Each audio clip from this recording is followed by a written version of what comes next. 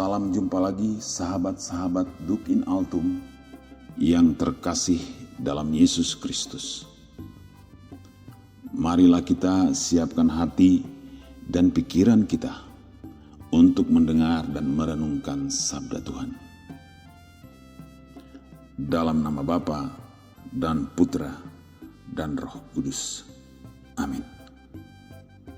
Bacaan Injil hari ini diambil dari Injil Lukas bab 12 ayat 8 sampai dengan 12. Aku berkata kepadamu, setiap orang yang mengakui aku di depan manusia, Anak Manusia juga akan mengakui dia di depan malaikat-malaikat Allah. Tetapi barang siapa menyangkal aku di depan manusia, ia akan disangkal di depan malaikat-malaikat Allah. Setiap orang yang mengatakan sesuatu melawan Anak Manusia, ia akan diampuni. Tetapi barang siapa menghujat Roh Kudus, ia tidak akan diampuni.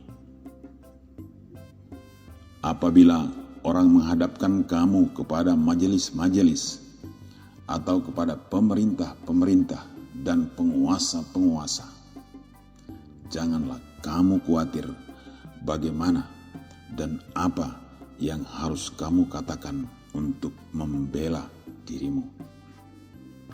Sebab pada saat itu juga Roh Kudus akan mengajar kamu apa yang harus kamu katakan. Demikianlah sabda Tuhan. Terpujilah Kristus. Dalam nama Bapa dan Putra dan Roh Kudus. Amin. Saudara-saudaraku, sahabat-sahabat Duk in Altum yang dikasihi Yesus. Yesus menyebut dirinya sendiri sebagai Anak Manusia saat dia masih hidup di dunia ini sebagai manusia yang dilahirkan oleh perawan Maria. Namun di dalam dirinya, di dalam wujudnya sebagai manusia itu, Yesus juga memiliki kodrat ilahi, yakni Roh Kudus, Roh Allah sendiri. Yesus sendiri telah membuktikan keilahiannya dengan menyembuhkan semua penyakit, mengusir roh-roh jahat atau setan-setan, dan bahkan membangkitkan orang mati. Semua mujizat ini secara nyata dilakukan Yesus ketika dia sebagai Anak Manusia masih bersama-sama dengan murid-muridnya di dunia ini. Banyak orang takjub melihat semua itu, walaupun mungkin mereka belum mengerti kalau itu adalah karya Roh Kudus.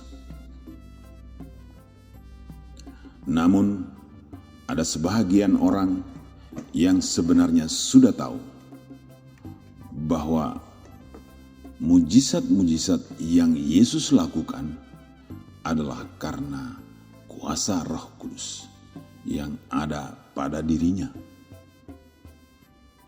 Tapi mereka iri dan menuding Yesus bahwa dengan Beelzebul penghulu setan, Yesus mengusir setan.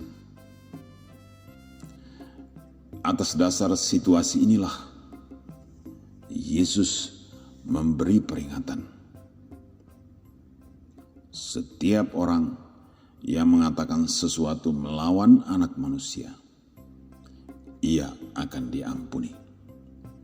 Tetapi barang siapa menghujat Roh Kudus, ia tidak akan diampuni.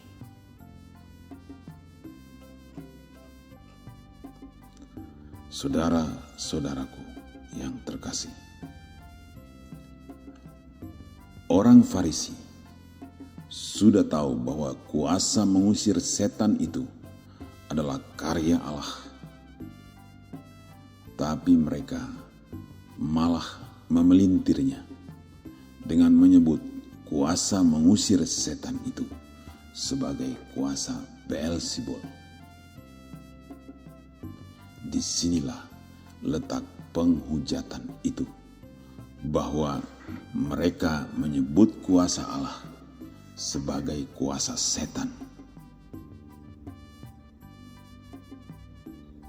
Mungkin mereka tidak tahu bahwa apa yang mereka katakan itu adalah hujatan terhadap Roh Kudus.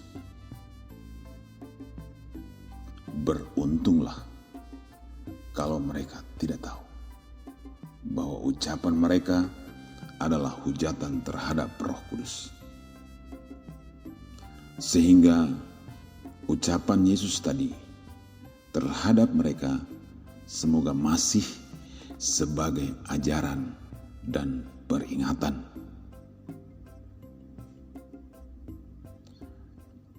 Saudara-saudaraku yang terkasih dalam Yesus Kristus.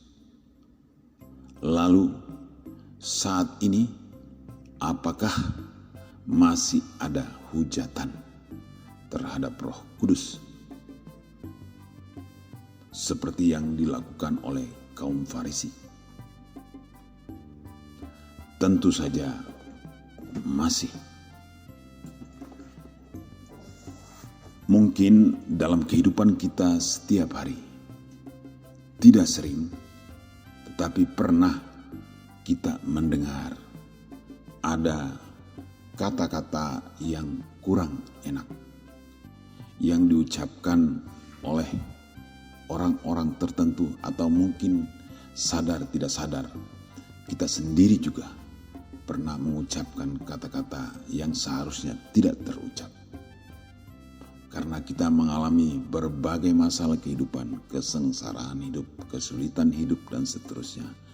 Lalu orang mengucapkan hal-hal yang tidak enak mengenai Allah, mengenai kuasa Tuhan.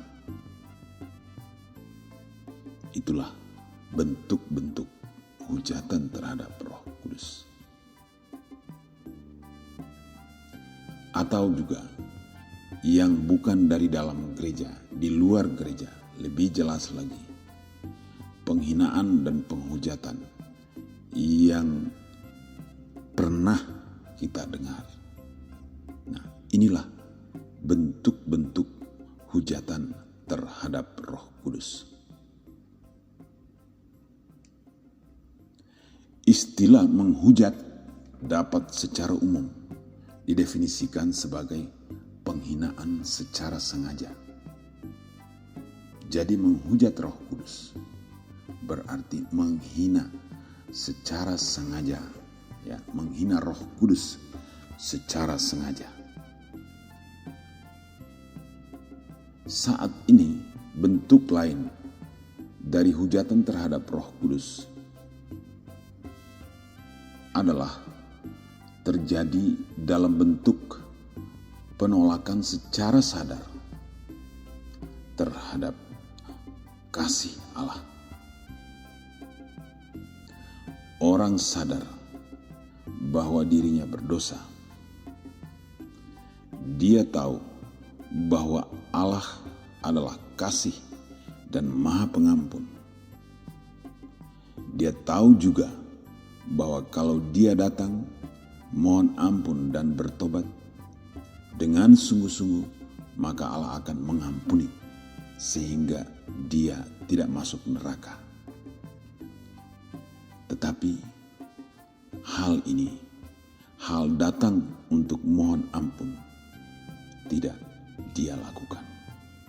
Padahal dia sudah tahu bahwa Allah akan mengampuni. Karena Allah itu penuh kasih, maka Allah pasti mengampuni. Tahu, orang itu tahu, Tetapi untuk datang memohon ampun, dia tidak datang. Dia dengan sengaja menolak tawaran kasih, menolak tawaran keselamatan dari Allah. Dia meremehkan keselamatan yang ditawarkan oleh Allah. Inilah bentuk-bentuk penghinaan terhadap kasih Allah. Inilah salah satu bentuk penghujatan terhadap Roh Kudus zaman ini. Saudara-saudaraku yang dikasihi Yesus, marilah kita siapkan hati kita untuk berdoa, memohon penyertaan Roh Kudus dalam hidup kita, agar kita selalu diingatkan. Semoga kita jangan sampai terlanjur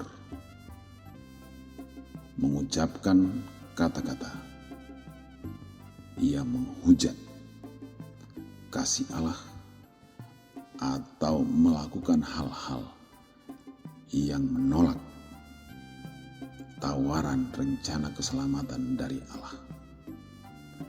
Mari kita berdoa.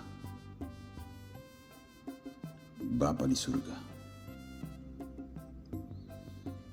kami bersyukur dan berterima kasih karena hari ini Engkau mengingatkan kembali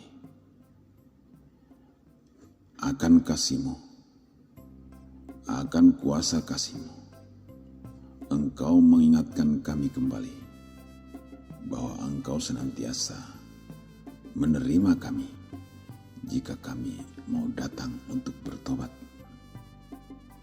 Semoga Engkau senantiasa mengingatkan kami agar kami tidak mengucapkan kata-kata atau melakukan hal-hal yang menolak tawaran kasih-Mu, agar kami sebagai manusia berdosa tetap sadar bahwa kami berdosa dan kami mau datang kepadamu untuk memohon ampun.